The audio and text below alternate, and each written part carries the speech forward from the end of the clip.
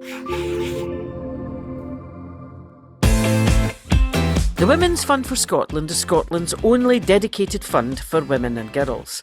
I'm Susan Morrison, and this is our podcast where we talk to inspiring women improving the lives of those women and girls today. Vicky tells us about the benefits for every woman experiencing a little self-care at her wee retreat. Vicky, I love the title of your organisation, The Wee Retreat. Can you just tell us a little bit about it? Yes, absolutely. It's a wellbeing centre in the south side of Glasgow. It was actually an idea that came to me after a wellbeing retreat that I was on.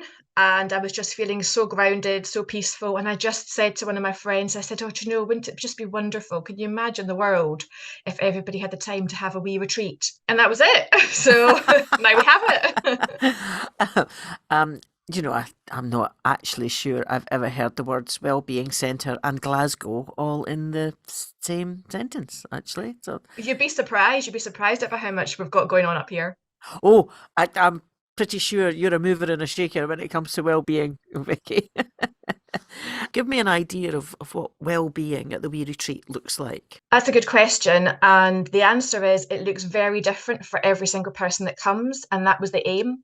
So we're not a yoga studio, we're not a meditation studio. We don't promote or advocate one way of looking after your well-being over another, because everybody needs different things at different points in their lives. And I've experienced that. Most practitioners in the industry have experienced that. So it could look like somebody coming along to a yoga class every Thursday evening for a year and then suddenly deciding to do a mindfulness course, or it could be somebody popping into the workshops that happen on various wellbeing topics. It really is a personal thing, and we're there to hopefully guide and support people along that journey. It's something that we've not been very good at as a society, is it? Looking after ourselves, or looking after that aspect of ourselves, isn't it? No, unfortunately, I agree. Yeah, and we're hopefully doing something towards changing that and making it easier for people to start doing that better. Sounds to me like the wee retreat is on the big advance. Hopefully. And what did the funding from the Women's Fund for Scotland help you do? We were able to put on a 10-week online course for women. It was for any women experiencing some kind of disadvantage, social, economical, health-wise, and it brought a space for them to learn wellbeing techniques primarily based on non-violent communication. Primarily, it was a safe space for them to explore their feelings, to learn new techniques, and to connect with each other, which is a big part of what we do as well, because people can feel very alone, regardless of whether they're sharing a house with 10 people or living by themselves. This is a very clever use of social media, because we hear a lot of negatives, but you're actually using it in a very positive way, aren't you? I hope so. I hope so. Yeah.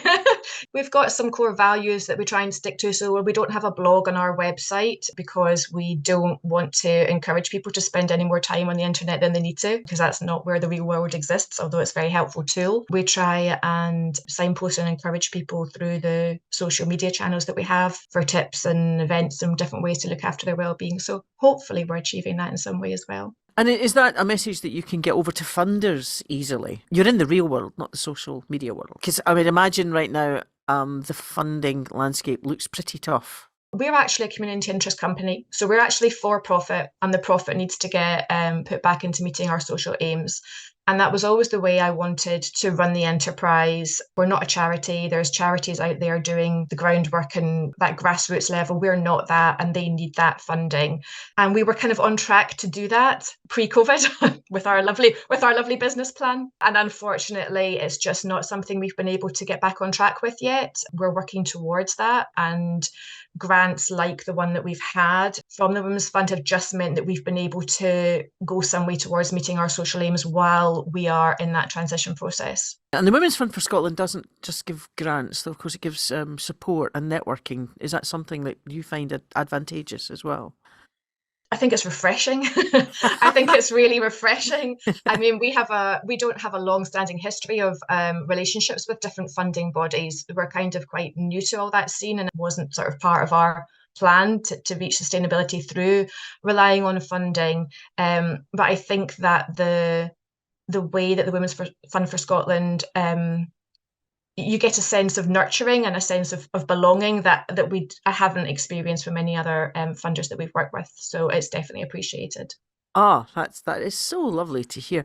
Um, it's a bit of a cliche, this, Vicky, but I wonder if from your perspective, this is true, that women are actually not very good at looking after themselves.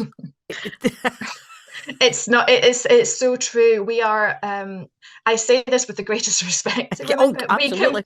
we can be our own worst enemies. We really can. We get in our own way. So much when it comes to making time for our well-being, and it's not just me saying that. It's actually, I mean, the people that joined the course that the Women's Fund for Scotland funded, they were admitting that. They were saying, I'm always at the bottom of the list. I know I need to look after my well-being better. I can't carve out time for myself. They needed support to do that, and that's what this course gave them. So it sounds to me like you listened to what those women were saying, Oh, and absolutely. Yeah, we always do that with every project that we put on. We have ideas. We then make sure that there's a need and that people are on the same page and that it's going to be of benefit. so you're not just charging ahead, you're actually consulting. It's better than consulting because you're not sitting down saying, so tell me what you think. You're just listening to what they're saying and acting on that. Yeah, as best we can. Sometimes it does start with a spark of an idea from a member of the team's lived experience because we know that what we've been through, we're not alone in that. So I knew being a single mum that it is really hard to make time for yourself. And the guilt that comes with that, I think, is particular to women as well. And that was something that I had to work really hard to work through and to get to a better place with that. And so I know that there's other women out there feeling guilty for spending time or money on their well-being too. It's just natural. It's really interesting because there's an entire advertising industry predicated on making us spend time on ourselves, but what they usually mean by that is gin. Or makeup or how we look external. And while that can be really helpful, a bit of gin, a bit of lipstick, while they can be really helpful tools to helping us feel better about ourselves, we're missing an opportunity to go a bit deeper. Absolutely. What those things are doing is that they're working on the windows, but not the foundations. Yeah. Yeah. So what you're doing though is you're actually helping to strengthen that woman from inside. Absolutely. And I think that when you do that, those external things, well, certainly for me, they change. They just take on a different level of importance and space in your life. And that's different again for each individual. We're not knocking gin though, by the way, are we? Just to make Oh absolutely no, no, right, no, yeah. no, no, no, no, no, no, definitely not. Always, there's a place for everything. There's a place for everything in well-being.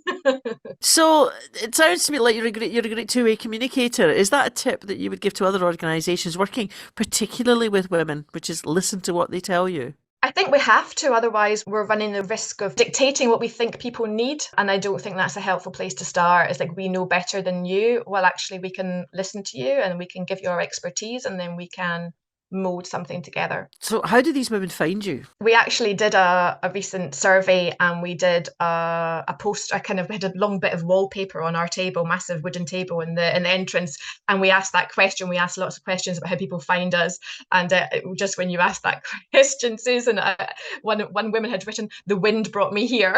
So you know, Oh, it just flew in the wind, which was kind of beautiful to read. And other people put fate. Yeah, practically speaking, I think it's driving past our studios, word of mouth, all the usual ways. But those two ways felt quite special. oh, how absolutely fine. I once spoke to a woman who came in to see a show that I was doing because she followed a pigeon. So can I point out the pigeon didn't come in? What are your future plans? If we dare to ask these days. Yeah, that is a tricky one. And actually, it's one that I really struggle with because I've been practicing mindfulness for so long. I'm very much living in the here and now, a lot more than other business owners. And so I find it really hard to kind of predict where we're going in the future. I just kind of always think, well, we're just going to do more of what we're doing in a better way because we're going to be learning and improving. But my board members don't really like that. They want a plan. They want to know exactly what's happening and when and what our targets are. And well, I know that they're important. Yeah, I struggle with that. But I do. I just see it as more of what we do, meeting more needs of the community that we serve. I'd love to be able to open up other wee retreats around Glasgow, pop them up in different places. We've been asked for that in the past. It's just not something we can do right now. Yeah, just giving that safe space, that healing space to more people. Yeah, I know that you're very much like a friend of mine. She's incredibly zen. I mean, like it's just like nothing phases her. Whereas I'm the one that's bouncing off the walls, going ah. There's a tremendous calmness coming from you, but there must be challenges facing you in the years ahead. Yeah, no, absolutely. I mean, we are having very real conversations about our finances and about our projections for being able to be sustainable. And it is scary, but I feel the feelings at the time that we have the board meetings. And then I just move on and get on with stuff, because if you live in fear, you're holding yourself back from many things. You don't strike me as ever living in fear. Oh, yeah, no, I do. I do definitely have moments of fear, both personally and professionally. I think just through my practices, I've learned to kind of just be with that. And also, I don't have that whole constant tape loop of thinking going on in my head, that voice, that negative voice of like, remember this, or this is scary. I don't have that going on in my head all the time. So I think that helps kind of, yeah, just focus on what's happening right now. What a valuable lesson that would be to so many women, teaching them how to switch that loop off. The demands of the modern world on women have never been greater, I think. So the needs of something like the wee retreat have never been greater. You must be finding it quite challenging. Absolutely. There's so many things that I want to be able to do to support women. And it's just that we have such limited capacity right now. We're at full capacity of what we can manage with the resources that we have. And that really frustrates me. I used to run mindful parenting courses all the time, and it was just such a valuable space for women to align themselves with the kind of parents they wanted to be for their children. And I can't run them at the moment. I just don't have the capacity to. So it's frustrating, but that's hopefully that will change.